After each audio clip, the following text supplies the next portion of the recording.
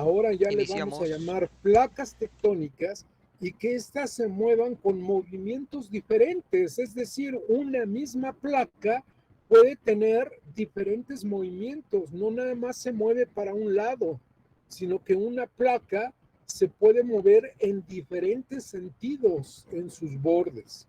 Y entonces, así es como va surgiendo poco a poco la llamada teoría de la tectónica de placas. Aquí, en este punto del tema, es en donde van ustedes a utilizar su mapa de placas tectónicas, este mapa que supongo yo que ya tienen ustedes impreso, el mapa de placas tectónicas. Yo ya les ayudé, tiene nombres, tiene las flechitas, señores, esas flechitas es el movimiento de las placas, y eso es lo que Alfred Wegener llamó deriva continental. Esa es la deriva de los continentes. Van a iluminar cada placa de diferente color a manera de identificarlas para poder reconocer esos movimientos diferenciales que tienen las placas tectónicas. Y entonces, ¿qué es lo que nos dice la teoría de la tectónica de placas? La teoría de la tectónica de placas nos dice que la corteza terrestre está dividida o fragmentada en 12 grandes bloques de corteza, a los cuales se les da el nombre de placas tectónicas, y que cada placa tiene un movimiento diferencial. ¿Cuál es ese movimiento diferencial? Puede ser de separación, como lo vimos hace un momento, donde las placas se separan. Puede ser de choque, donde se encuentran. Incluso al chocar una, se sumerge por debajo de la otra. A eso se le llama subducción. O puede ser bien de una zona de roce, donde las placas se están rozando, se están friccionando solamente entre sí. Esa es la teoría de la tectónica de placas. Y entonces, eso que Alfred Wegener no pudo responder, ustedes ya lo saben en este momento. ¿Cuál es la fuerza capaz de hacer mover a las placas tectónicas? ¿Quién me lo dice?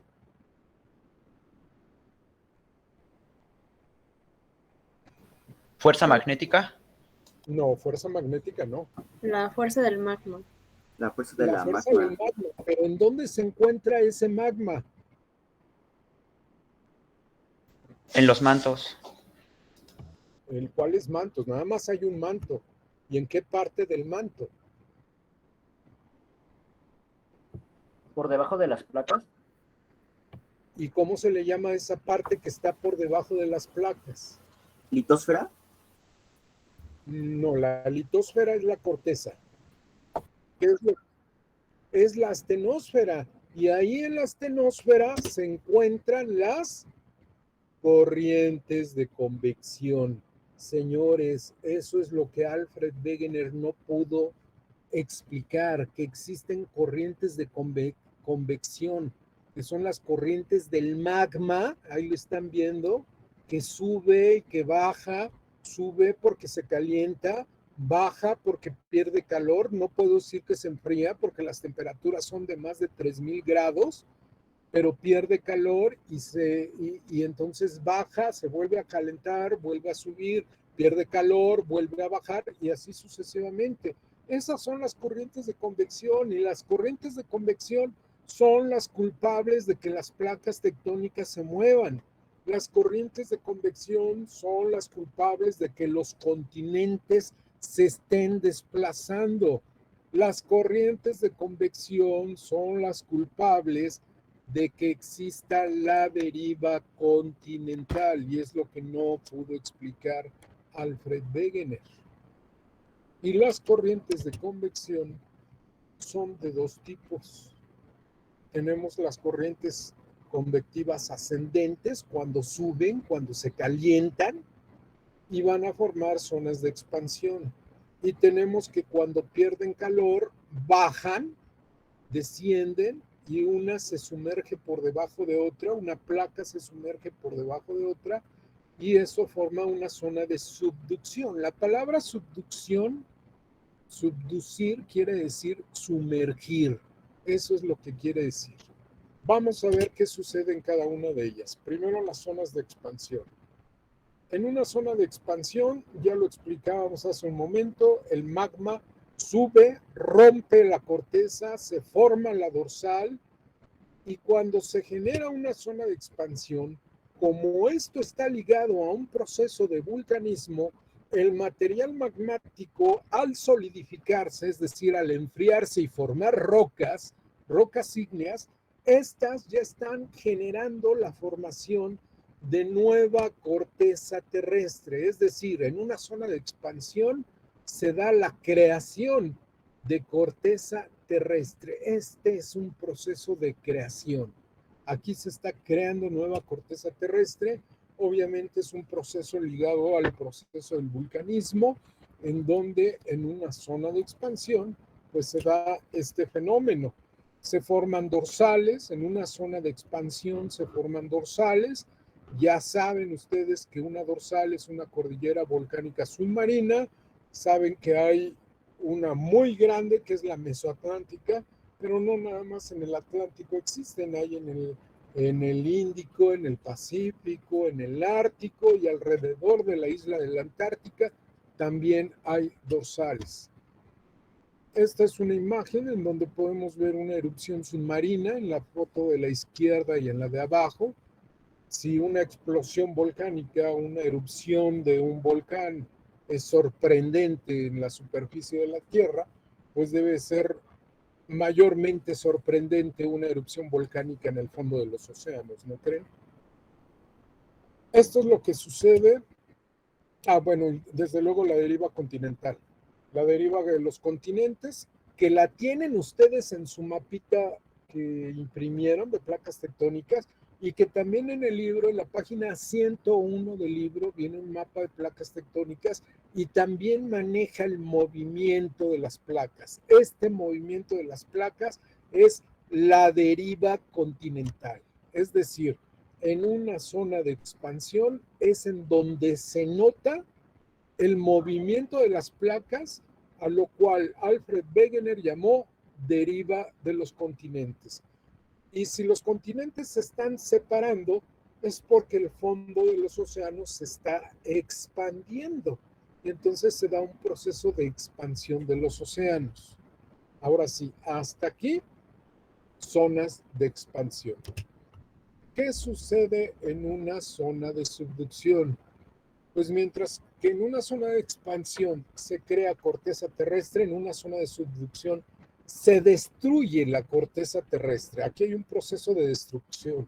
¿Por qué? Porque la corriente baja nuevamente al interior de la astenosfera, pero se jala, por fricción, se jala la placa que está hecha de roca a la corteza oceánica, se la está jalando, y esa roca, al penetrar otra vez al interior de la astenosfera, se funde y entonces vuelve a ser magma. Señores, este es un proceso de equilibrio. Mientras en las zonas de expansión hay procesos de creación, en las zonas de subducción hay procesos de destrucción de corteza. Y eso es un equilibrio que se llama equilibrio isostático. El equilibrio isostático mantiene el equilibrio entre la corteza que se crea y la corteza que se destruye. Y solamente quiero señalar que en este momento, señores, en este preciso momento, ahorita, la misma cantidad de corteza terrestre que se está creando es la misma cantidad de corteza terrestre que se está destruyendo. Ese es el equilibrio isostático. Cuando una placa subduce por debajo de otra, se forman las grandes profundidades oceánicas, los grandes abismos, que su nombre correcto en geología es el de fosas tectónicas o trincheras. La más profunda del planeta es la que tenemos frente a las islas de Filipinas, es la fosa de las Marianas, con más de 12,000 metros de profundidad, casi 13 kilómetros de profundidad. Desde luego, a lo largo de la zona de subducción se van a hacer evidentes porque es una zona de choque, ahí están chocando las placas tectónicas se van a hacer evidentes los sismos de muchas intensidades, pero ahí se van a presentar los sismos más fuertes que se puedan registrar en las zonas de subducción. La formación de cordilleras costeras, cuando dos placas chocan, viene un levantamiento en la corteza continental. Ese levantamiento es un arrugamiento, es una cordillera, y a eso se le llama cordilleras costeras. Podemos ver que desde el extremo norte de América, la cordillera Mackenzie, la cordillera de las Rocallosas, la cordillera costera, la Sierra Madre Occidental, la Sierra Madre del Sur, los Andes centroamericanos y la cordillera de los Andes, toda es una sola cordillera y se forma por el choque de placas tectónicas, es decir, toda se formó por un proceso de subducción en el mismo momento. Toda ella tiene diferentes nombres por las diferentes regiones que atraviesa, pero es una sola.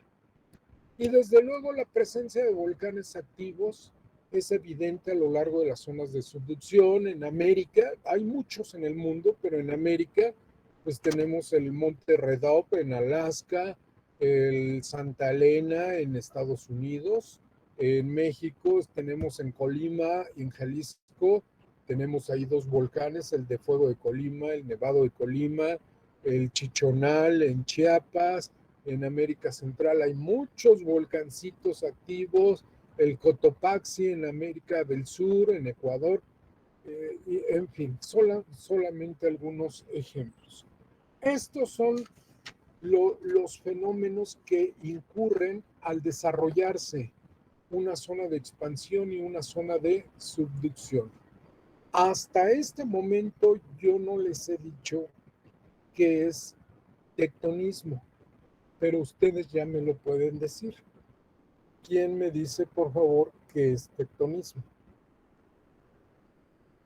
El movimiento de las placas tectónicas.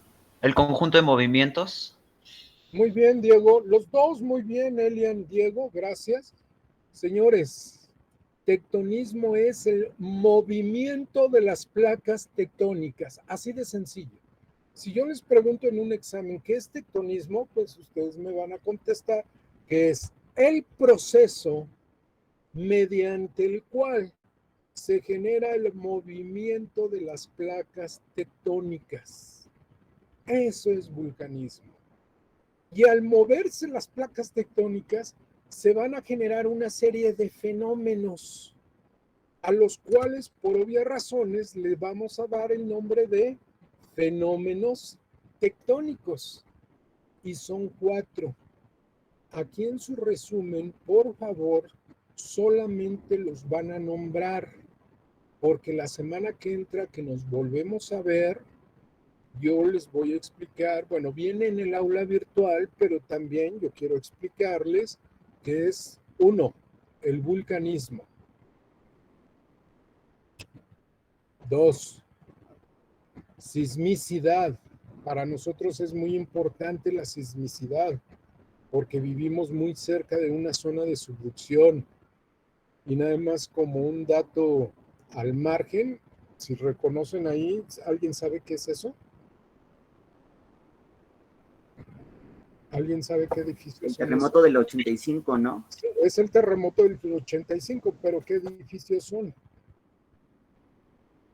¿Es Tlatelolco? Es Tlatelolco. En ese edificio que se cayó, ese que estamos viendo, ahí, cuando fue el terremoto del 85, yo estaba en la preparatoria.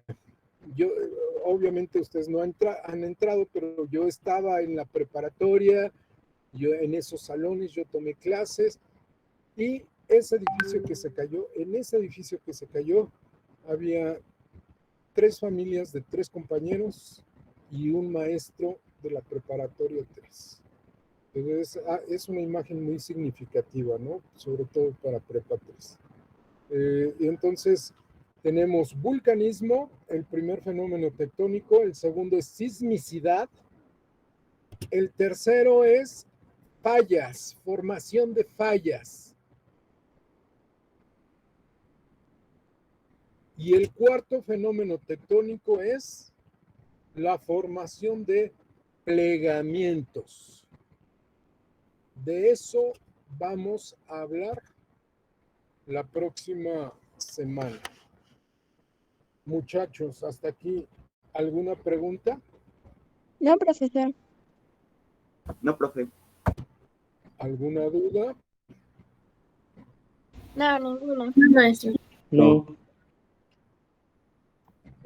Espero que haya quedado claro el tema de tectonismo.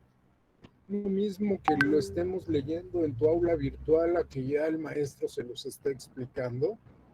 Yo entiendo eso, pero pues también hay que entender y todos debemos de ser empáticos en que a veces pues no podemos estar conectados todo el tiempo, ¿no? Hay una serie de distractores que nos interrumpen el desarrollo de una clase normal, ¿no? Y como les dije hace un momento, pues a todos nos tenemos que adaptar mientras no podamos estar en nuestro salón de clases. ¿Sí está claro? Sí, profe. Profesor. Profe. Bueno. Pues si no hay ninguna duda, hasta aquí, con esto que yo acabo de explicar, ya pueden empezar su resumen ilustrado sobre tectonismo y los 4 fenómenos tectónicos que mencioné ahorita al final: vulcanismo, sismicidad, fallas y plegamientos. Lo vamos a ver la próxima semana. Muchachos, que tengan muy buena tarde. Cuídense, espero que ya se hayan registrado para su vacuna, espero que pronto les den ese piquete para que ya pronto nos podamos estar viendo en la escuela. Sí pueden hacer un mapa. Tienen que hacer el resumen es importante, ese es importante. Si el resumen lo quieren complementar con un mapa conceptual, lo pueden hacer. Pero el resumen es fundamental, por favor. ¿Sí? Muchachos, ya saben que cualquier duda a través de Jesús nos hace favor de mandarnos las dudas. Sí, es ilustrado, Elian, el resumen es ilustrado. Lo dije al principio de la sesión. Cualquier duda que tengan a través de Jesús Giovanni, él nos hace favor. Él se comunica conmigo y yo inmediatamente le doy contestación a sus dudas, porque ya los correos, de hecho ya no estoy abriendo correos ni de papás, no tengo obligación de abrir correos de papás, y de ustedes tampoco, porque la comunicación pues es a través de los jefes de grupo. Muchachos, me dio mucho gusto verlos, aunque sea en una lista, porque no los estoy viendo a través de la cámara, pero sí veo quién está conectado. Me da mucho gusto que estén aquí. Cuídense mucho, muchachos, por favor, que estén bien y nos vemos la semana que entra. Buena tarde a todos. Gracias, Hasta profe. luego, Gracias, profe. hasta luego. Bonita tarde. Gracias, hasta luego.